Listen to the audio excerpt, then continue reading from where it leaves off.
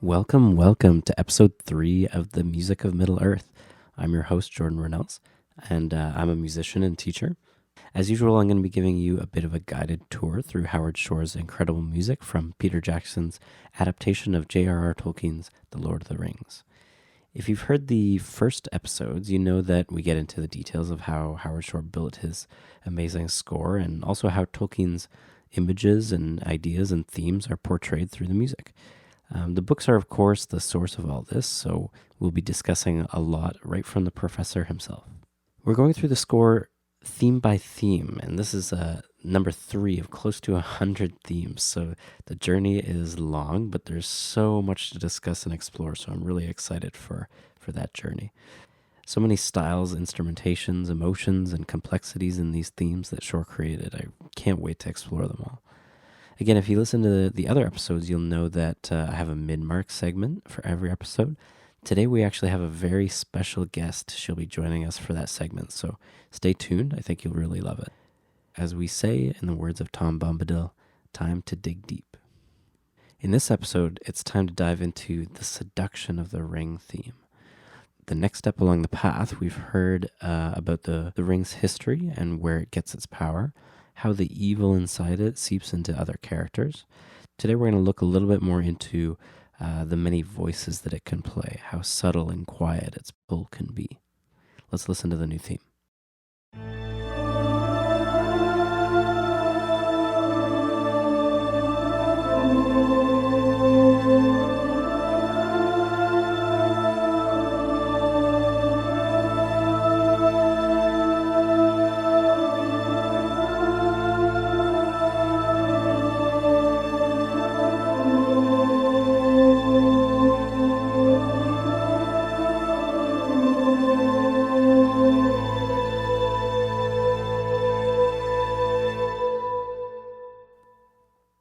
So haunting. I'm really excited for this one. This is something completely different from what we've heard in the last 2 episodes, all vocal for this one. We've seen brass and strings, but this is our first exploration into a choir setting. We hear this theme for the first time as Gandalf prepares to leave Frodo and Sam in the Fellowship of the Ring. The ring wants to be found, he says. We feel the ring pulling at Frodo's heart as he covers it with his hand on his chest. What a great moment. This is a special theme actually for the 3 films because we hear it this same way, same orchestration, same key, nearly if not every time we hear it, just subtly lending to the idea of the ring's purity again and again. To explain that a little further, most of the themes that we have discussed, they tend to change and have different iterations of themselves throughout the movies. As an example, we hear the pensive theme, one that we all recognize as concerning hobbits. We hear that on the essential sound of the pan flute, but later we hear it again on strings with bigger groups of instruments or other layers added as well. So the Seduction of the Ring theme is different from these because it stays in this form, the way that we hear it now, throughout the films. We'll see all the big moments that this theme makes its appearance in later episodes, but one moment that really stands out for me that you all can probably remember very clearly is when Boromir picks up the ring on the slopes of Caradhras.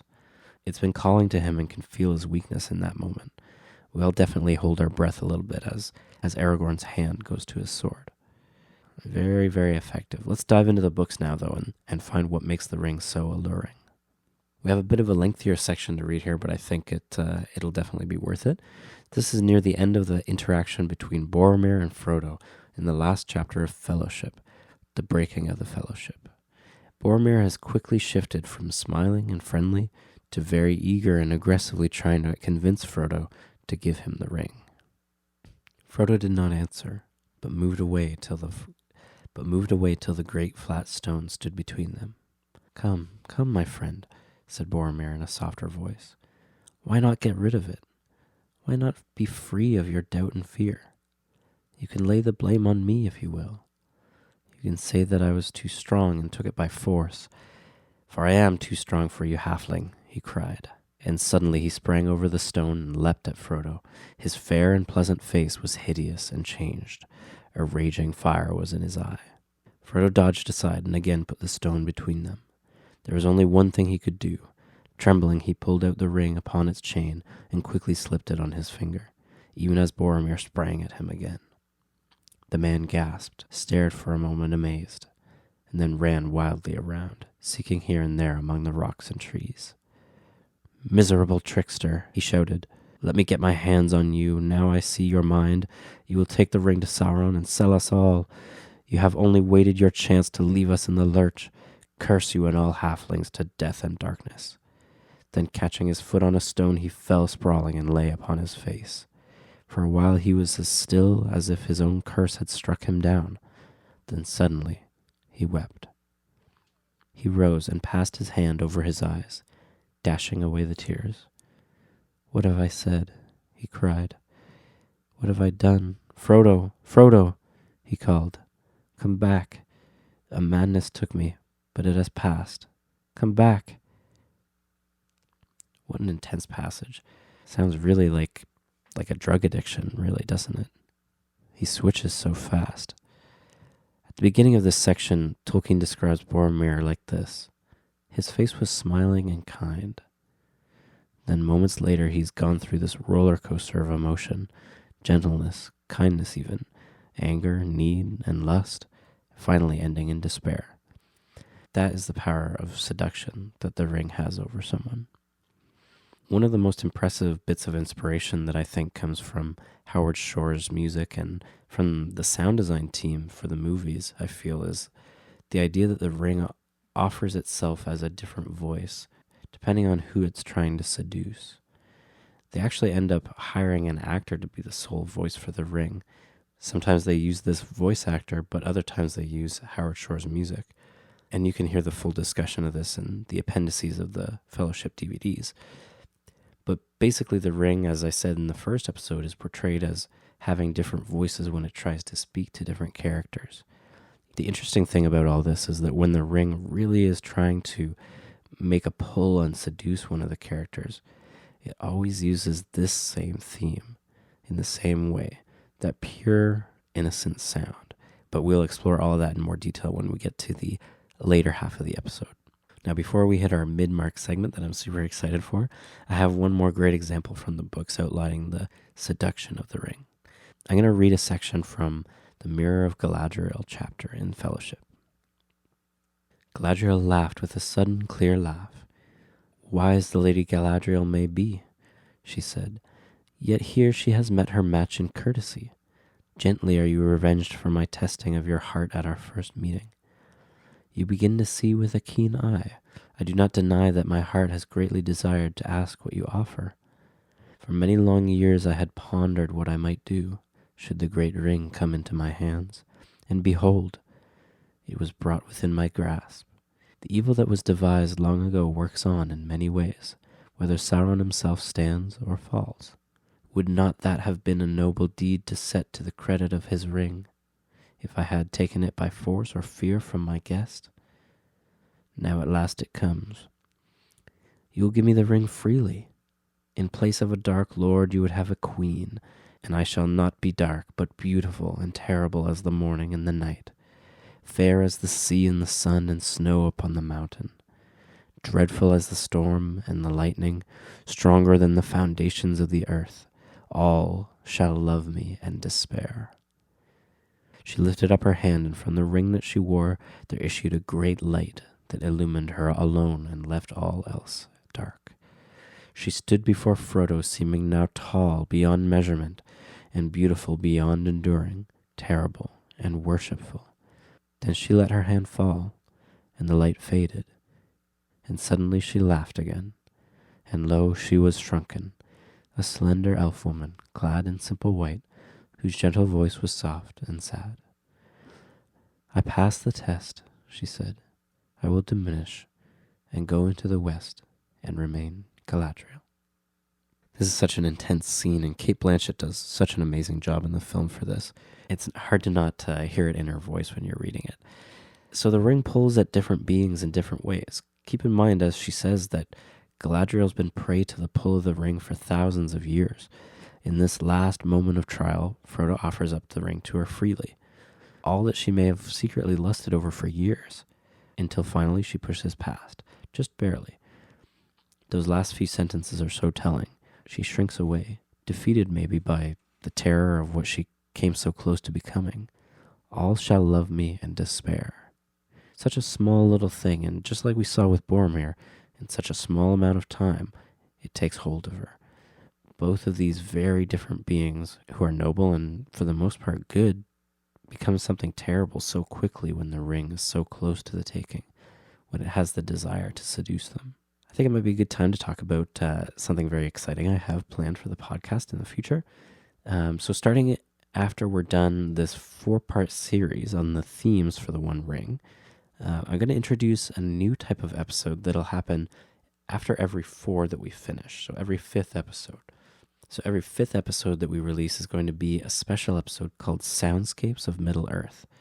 We're going to have a very special episode where we take a section from the book, and I'll have my friend Sherston actually as the narrator, but it'll be read with sound effects and music underneath. And the sound will be mixed in binaural audio. This means that when you hear footsteps, they'll sound like they're behind you, or a voice can yell in the distance, or the wind can blow all around us. So if you put on some good headphones for those episodes, you'll get to hear a pretty amazing and immersive version of that section of the book. We're also going to have special guests on to do the readings.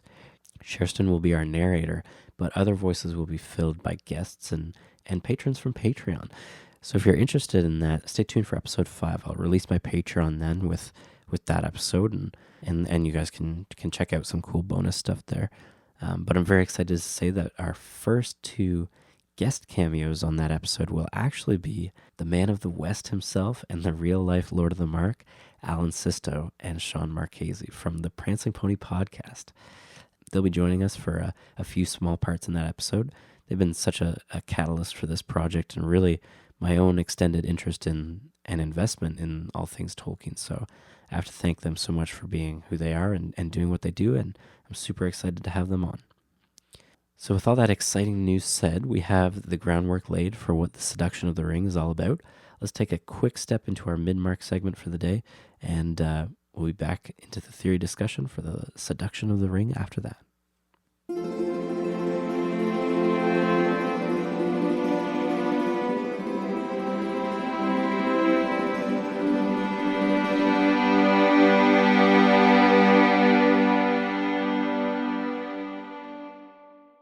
All right, I have so much news and new stuff for you in this episode. I really think it's going to be great. I can't wait to hear what you all think of it, though. So this is yet another new mid-mark segment called Anecdotes of Ainulindale. In this segment, we're going to have the first of many special guests on the show. Today, we're joined by an amazing vocalist and friend of mine, Kylie Gardoki. I met Kylie at Victor Wooten's Center for Music and Nature, which is just outside of Nashville in Tennessee. I go there every year if I can to learn from some of the best musicians and teachers in the world. It's really an amazing experience, and I would love to tell anyone about it if you're interested. So send me an email if you have questions about that. It's an amazing experience, and part of that experience is that you get to meet great, like-minded, talented people like Kylie. Kylie's going to share one of her interpretations of one of the many great pieces of poetry and song from Tolkien's work.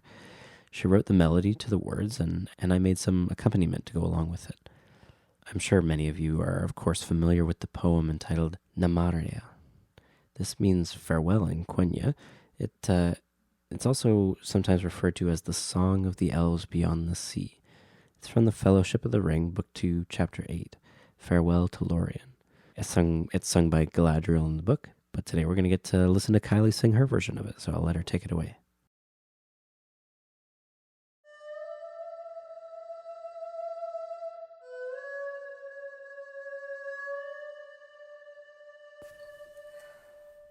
Ailani elantala sisurinen Yeni unatim yevera maralaron Yeni velintieyo daravinye Miroro madilese mirovoreva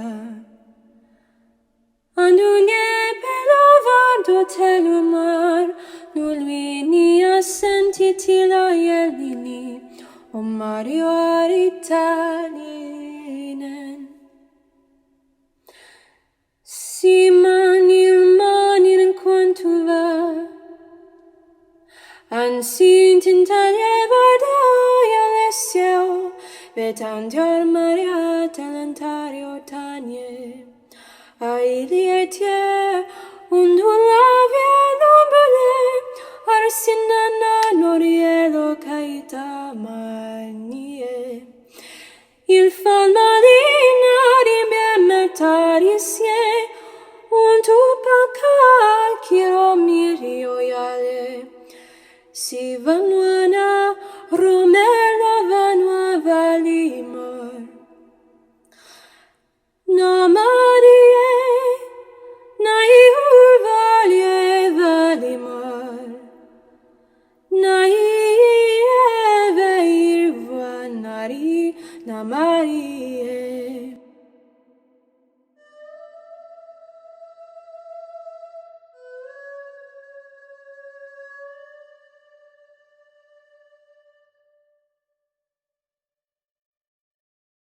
Really amazing. Kylie's voice really gets that sense of elvish flavor.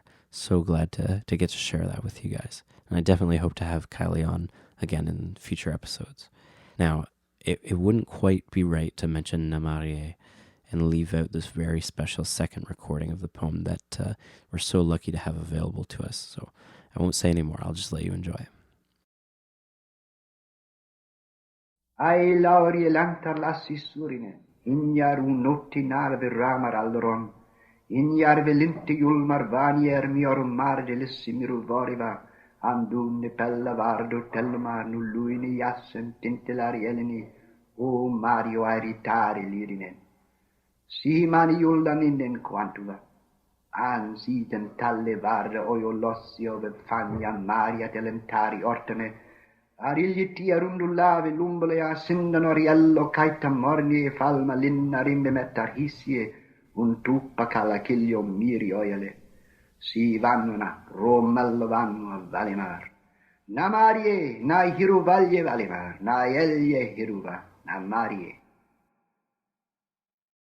Whenever we get the chance, we really do have to take the opportunity to hear from the professor himself. Pretty amazing stuff.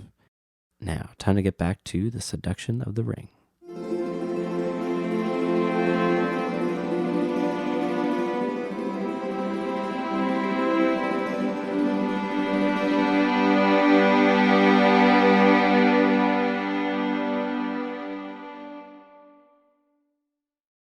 So the ring is trying to seduce, trying to draw on the weakness of those around it. These are the things that we're trying to listen for in today's theme. So how does Shor evoke these ideas? The first thing we want to check out is the scale structure. Unlike the other themes that we've looked at for the ring so far, this theme is really pretty simple harmonically. Very simple note choices is what I mean by that. Let's hear it again.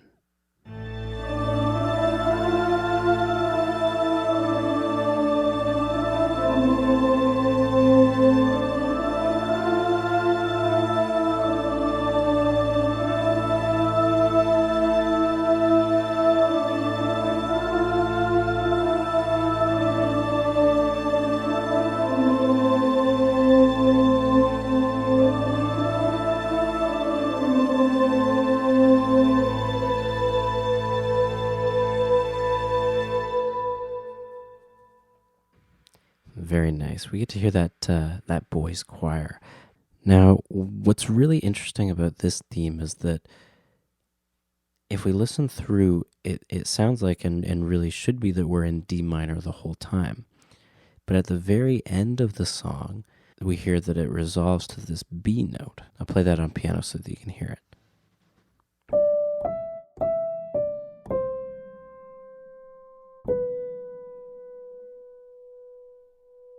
So that last note is B, which is the same note that if we remember back to the very first theme, the history of the ring theme, that B note is the one that stands out in the very first beat of that theme.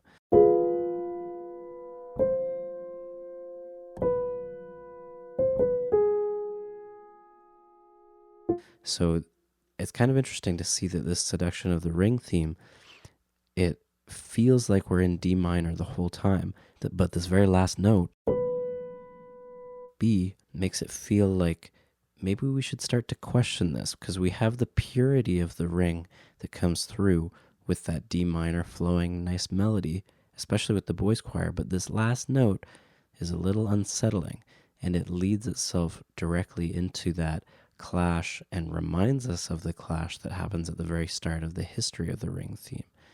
There's also a few themes that share some ideas from this theme. It's really interesting to see these hints and kind of head nods to other themes that Shore does throughout, lending themselves to each other and borrowing little pieces and trying to hint at the intention of the ring, because in this theme we're trying to make it pure and enticing for the characters, but at the end we hear that one note that makes us question it now, because we've heard it in that other theme. We've heard the tension that comes from that other note. When we end on that B note in this theme, it brings our memory back to that other theme and how unsettling it was. Is the ring's motivation really true? As we find out, its intention is definitely not as pure and wholesome as it might want us to believe. So we're in the key or scale of D minor for this theme. That means we're playing a certain collection of notes starting on D and continuing in a certain order until we reach D again. On the piano, it sounds like this.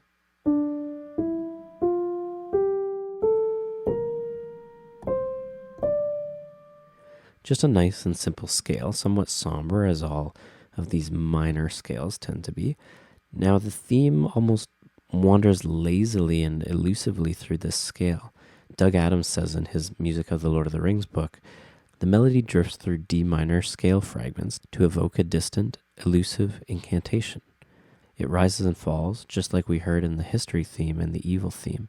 It doesn't really have a straightforward end goal that we can hear, though, so it really evokes that incantation, almost casting a spell on those who might be in the sights of the ring. The boys' choir really makes that idea come to life even more as well. Going back to what we discussed in episode 1 and earlier in this episode, the ring is a character. This theme is the first to give the ring that sort of actual voice. It calls to us as if it needs us, as if it needs help. But really it wants to use Galadriel and Boromir and Frodo and whoever else it can for its purpose. A really big part of what's happening in this theme is really how it's recorded, so I want to take a minute to talk about that.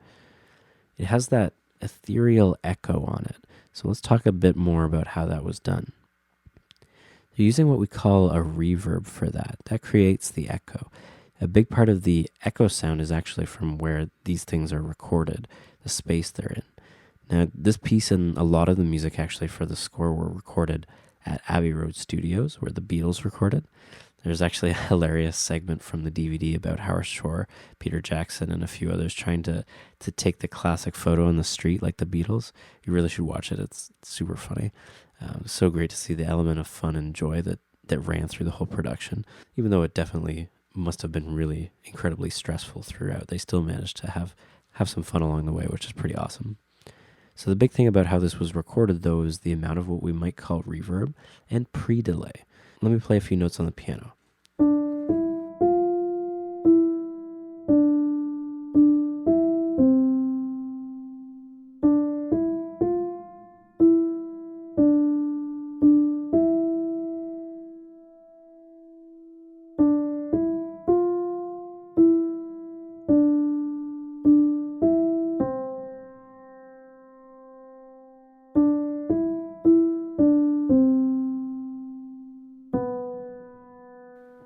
Sounds nice and clean, but without any reverb. Not really anything else going on with it. It's very dry, we might say, in the recording world.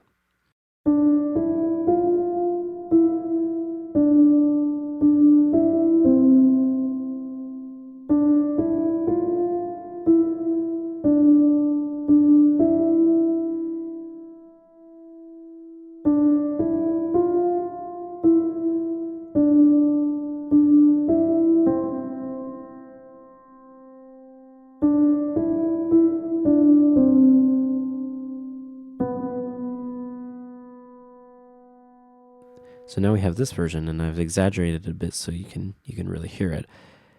That's what we call reverb, the echo on the sound. Makes it sound like we're in a bit of a bigger room or hall. Let's listen again with reverb and then play another version that has something we call pre-delay on it. So this is the reverb version.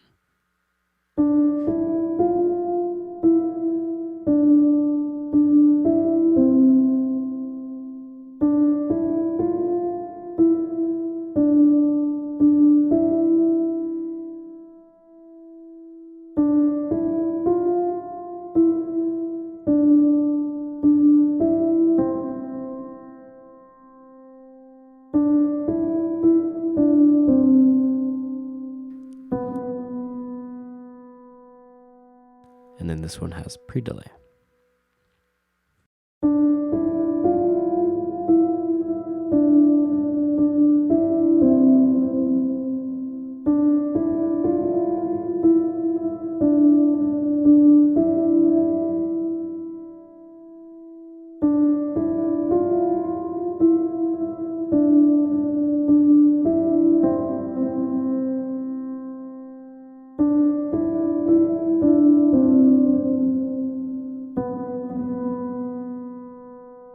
As we can hear, that pre-delay makes it sound like the notes are almost becoming enveloped within themselves.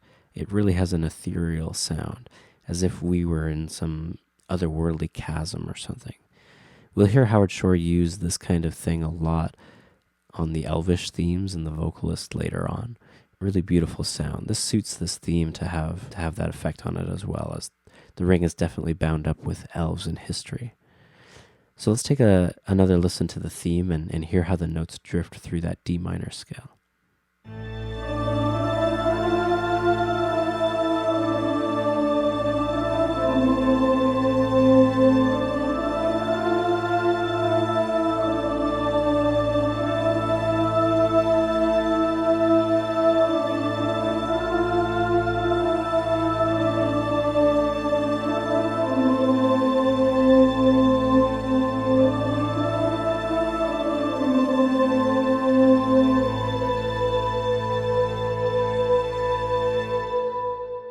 Goes up and down, flowing with the scale. And we really hear distant elements of the history theme in the way that the piece arcs up and down.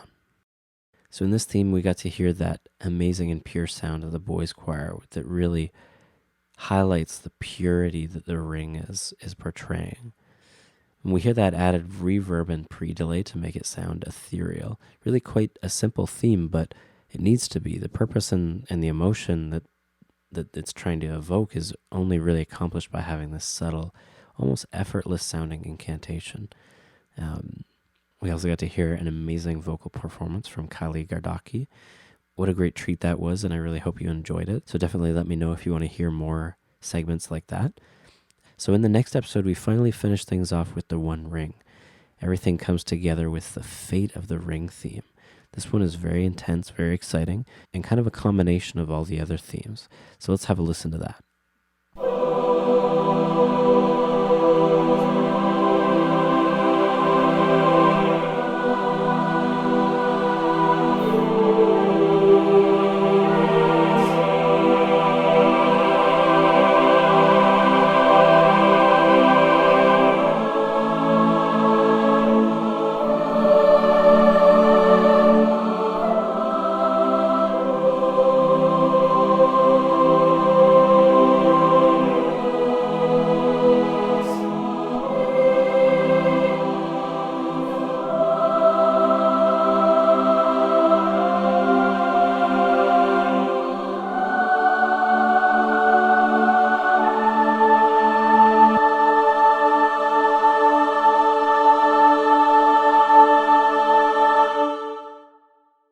We'll wrap up our discussion of the Ring with that last episode, and we'll be moving on to equally as exciting things.